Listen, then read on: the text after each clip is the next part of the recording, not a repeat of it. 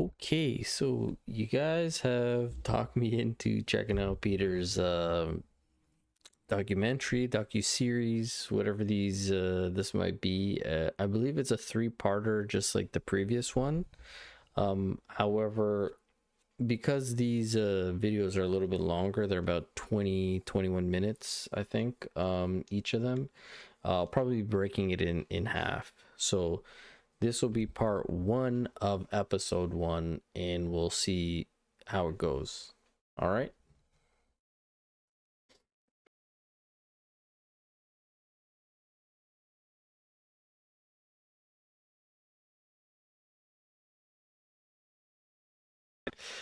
They are mysterious, I will say. I have learned quite a bit, and there's still lots to learn, I guess.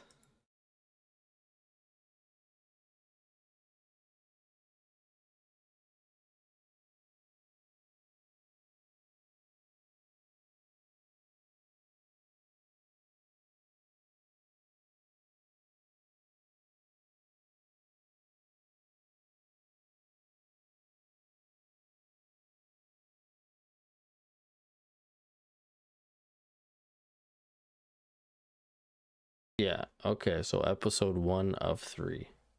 Okay.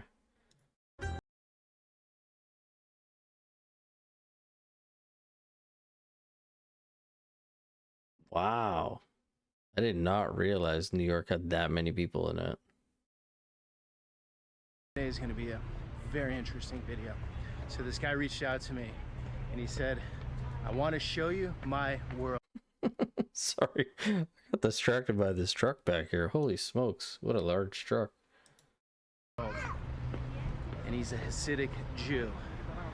What do you know about Hasidic Jews? If you're like me, probably not much. Probably next to nothing. Yeah. So today, we're going to meet up with Shlomo here in Brooklyn, New York. Shlomo. Dive into his world.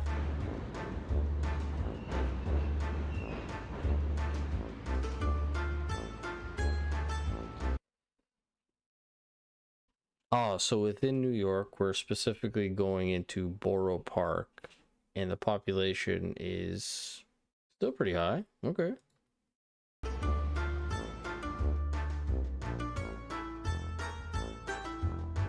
Shlomo. Good to see you, man. Thanks for Clearly, this is during COVID times. I didn't see the date that this was released. When was this? 2 years ago. So yeah, kind of like in the height of COVID. Even the the forearm bumps, you know. meeting up. Anytime. Have you ever been scuba diving? When you go under the water, Yeah. you find yourself in a completely different ecosystem. Yep. That's what you're doing today. You're gonna see things that you would not believe, things you've never seen in your life, and it's a very interesting place we're in right now. Most of us know of Orthodox Judaism or Hasidic Jews through, I mean, I think most people have seen that not most people, but a lot of people have seen that Netflix special, Yeah. right?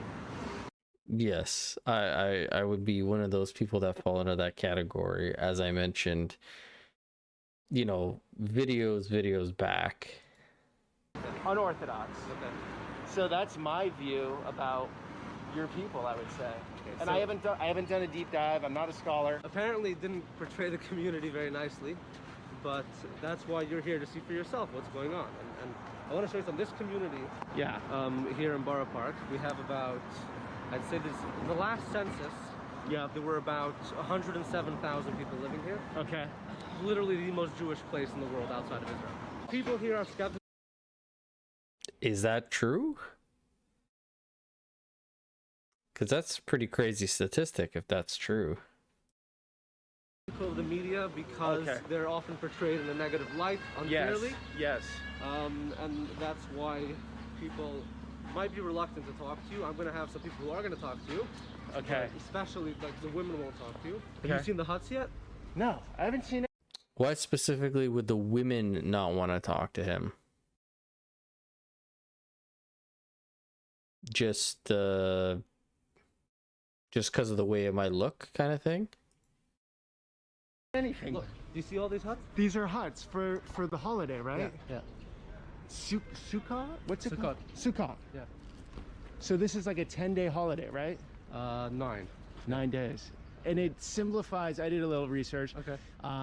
For that time period when the Jews left Egypt Right, and God they were in the protected us. desert and they had to protect themselves. So God protected us with these magical clouds, and additionally, it also symbolizes the huts that the Jews lived in the desert for 40. Wow, and so they I didn't realize that they also built them on their balconies too. I mean, that makes sense if you don't have like a house or a property or somewhere open like that, so the balcony would be the best option. Years. Right. So once a year, we basically move into the huts now. Oh yeah, there's another one over here. Yeah, There's so another one up there. they're everywhere. Every Wow. family has one. Every family has one. This is freaking cool. Every synagogue has Hello. one. This one's, look, this was a real big one. There's going to be probably, I don't know, a bunch of people sitting in there. Some of them are learning Torah. Some of them might be eating. But we eat in the hut. We're supposed to sleep in the hut. It gets cold, it rains. So if it's like really cold or really rainy, no one's going to be in the hut. Well, I didn't realize you guys had to sleep in it as well, or like it's expected that you sleep in it as well. I knew the eating portion. But So- as a general rule, we try to do everything in there for 9 days. Guys, I just want to remind you, we are in New York City right now. Yeah. This is New York, but it I feels told like you, I'm in a you're different gonna- world. You are in a different world. You just stick your head Can in I there. put my camera in? Let's see. Okay. Hello. Hello. So this is 13. Now, him not being a Hasidic Jew or yeah, like saying a practicing Jew or anything like that, does that mean he's not allowed to enter these areas without specific permission, or like as long as he's with somebody and somebody can maybe vouch for him, or is it just like a no-go? 15th Avenue we're Okay. about to get to. Yep. This is like the 5th Avenue of the Jewish community. So all our stores are here. Okay. There are so many minute details if you'll pick up on. I'll show you some stuff. Look at this. These are the magazines. We have our own media. So Zman. this is my magazine. So would you normally find any of the like regular like tabloidy magazines or other magazines here, like, you know, Men's Health or whatever, People's Magazine, stuff like that, or is it all kind of the Jewish media? I did some work So with them do you as well. speak Yiddish? Yeah, sure. Do most people here speak Yiddish? Everyone here speaks. Everyone. Yeah. So Hebrew, no. Not so No, much. not so much. The rabbi goes and inspects? Yeah, every one of these places. Every day? has- not every day, but the rabbi will drop in at any given time Okay. to make sure everything's kosher. Yeah, you see everybody just kind of looking at what's going on kind of thing. It's trippy. All the meat has to be slaughtered a certain way. The cows are milked and supervised by Orthodox Jewish people, so we have our own milk, our own bread. Uh-huh. There's absolutely no ham or pork or shellfish to be found anywhere in this neighborhood. This is, by the way, this is called Eichler's. It's All right, I'll do a little jump in here. okay. One second. Oh, he said 1 second, 1 second, so maybe he's got to check to see if it's okay.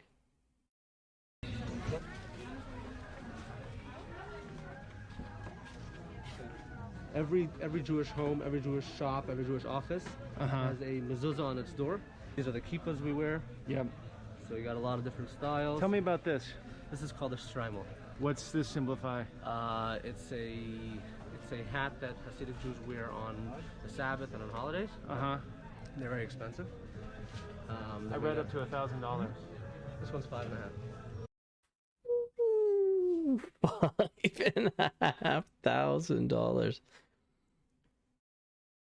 Now, what in particularly, obviously it's handcrafted, I'm gonna guess, and you know, takes quite a long time maybe to make, or it's a specialty to make it. I mean, maybe he'll get into it. Let me play a little bit more. $5,500. I didn't pay for it. The money someone gave me as a gift. And tell me about the curls here. What does that So mean? that's this is called payas. Uh-huh. There's a commandment in the Torah that says that we're supposed to leave over the corner of our fields for poor people. Okay.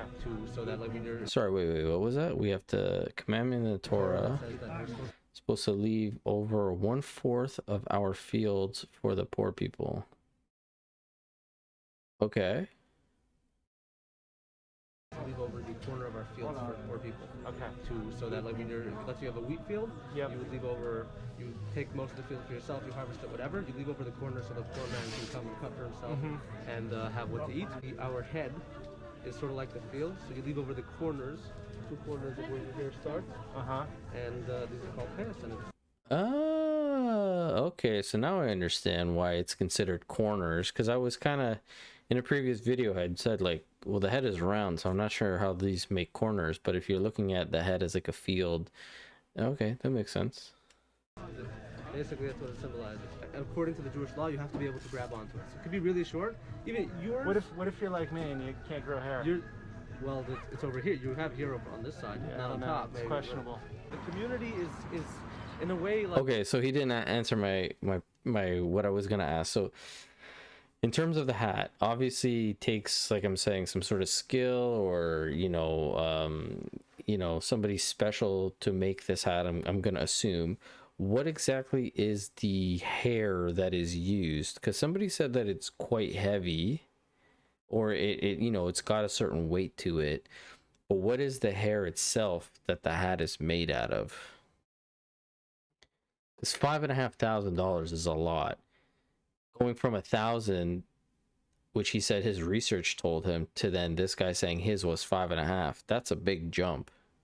So what is the quality difference? Like off the grid, very self-sufficient. So if anybody here has a medical emergency, they call the special number. Within 120 seconds, there will be a couple of volunteers there, and they've saved thousands and thousands of lives this way because they don't wait for the city people to come. What about police here? So the police operate here fully and functionally, but we have our own community security service, meaning that there's often. I got it on. Hi, Naomi. How you doing? Wait. You're telling me you guys have like your own set of like cops slash kind of first responders that people choose over the regular cops slash first responders?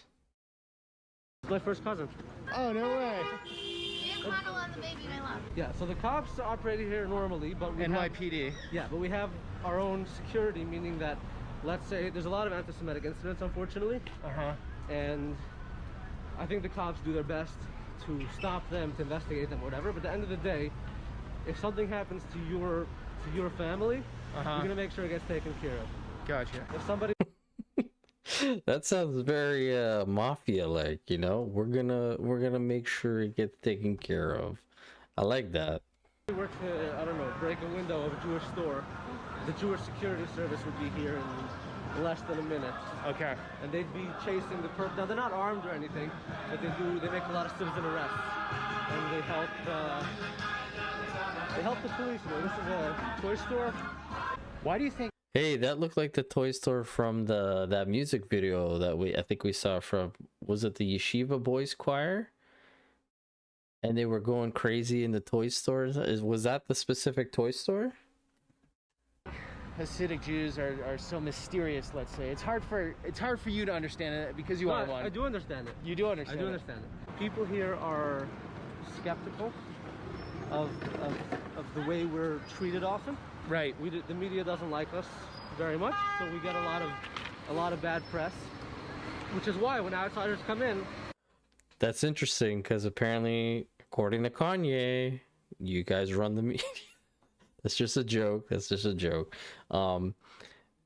That's interesting that the media would have a negative connotation towards the Jewish people, because I don't see anything that I've come across in any of the videos or any of the documentaries we've seen so far of them saying or doing anything in a light that would paint them negatively. So it's interesting.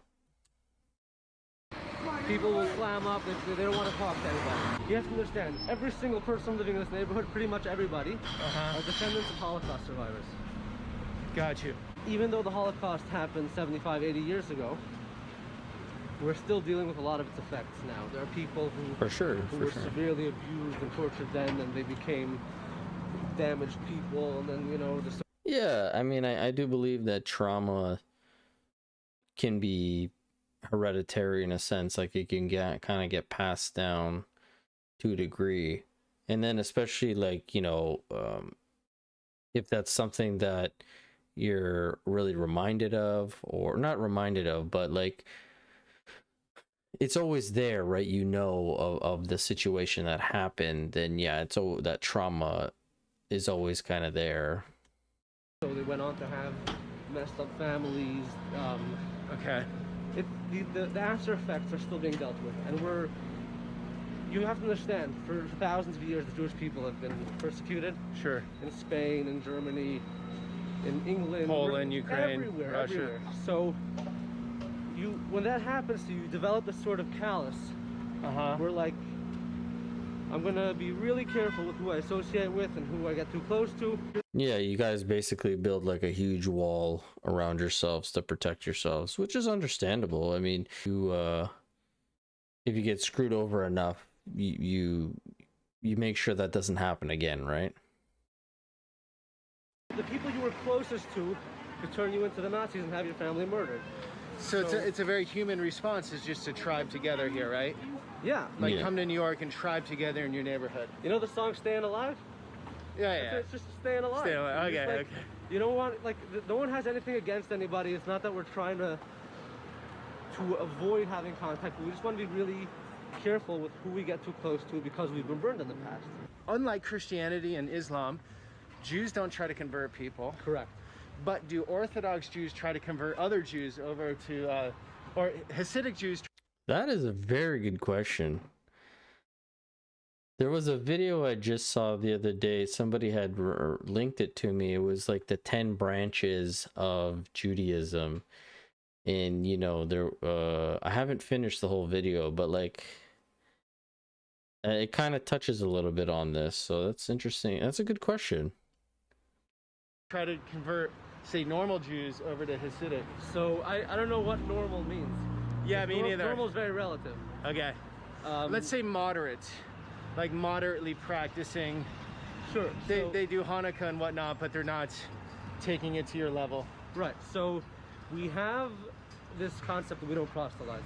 We'll never try to bring in people who are not Jewish to become Jewish. Yeah. However, Judaism is actually not a religion, it's a family. We're all Now, that being said, are you guys welcoming or okay with somebody who chooses to convert to Judaism? Like, you won't try to turn somebody or whatnot, though, whatever phrasing you want to use. You won't try to, like you said, proselytize you to become Jewish. But if somebody chooses to convert to Judaism, are they welcomed kind of right away, or are they still kind of seen as like, well, you're not really Jewish kind of thing? all ethnically related. So is that why there are no homeless people? Because you're one big family? So it's Or are there homeless people? I've just seen the street. I don't know of any homeless people. Okay. And one thing you will see here is that this community is completely built on kindness, meaning that any problem, you give me a problem that you could run into in life, we have a community solution to take care of it. Shoot. I love this guy, man. He kind of gives me like kind of like a mafia, like a Godfather type of vibe. Like, you got any problems? You tell me, done. You know. Drug addiction. Many community organizations for drug addiction, even though this is one of the lowest, this has one of the lowest percentages of drug use anywhere in the United States. Okay. What about these? Okay, kids are kids, right? And they Yeah. like to rebel. Sure. I was rebellious. I was rebellious too. Okay. How's that work here? Drinking alcohol underage, you know, taking off at night when you're not supposed to, that sort of stuff. So kids will be kids. Kids do whatever they need to do. Every family really deals with things differently. There are families, and this is probably what you saw on Netflix. There are families that are, I'd say, probably very dysfunctional. Yeah. It looks like he's kind of choosing his words a little bit wisely here. And if a kid rebels, then the kid might get punished in severe ways, or So what I saw on Netflix in Unorthodox, how accurate? I mean, it just depends on the family, right? That's obviously modeled off again, the family. I didn't you didn't watch see it, you the didn't see it, film, yeah. but I know enough about this girl grew up in a very dysfunctional. She didn't have parents. She grew up in her grandparents' home. Additionally, and this is no disrespect to the woman who wrote the book or is featured in the film, but there have been many accounts from her book that have been proven to be false. Okay, I'm gonna pause it there. We'll leave part 1 here. So let me know what you guys thought about it so far. I'm sure most of you have seen this already, but if you haven't, let me know in the description if you're enjoying this. I mean, in the comment section if you're enjoying it, as well as hit the subscribe button so we can keep growing. I think we're close to 4,000 already, almost, maybe 3,800, something like that. So it's fantastic, and like I said, we'll start part 2, and I'll catch you on the next video.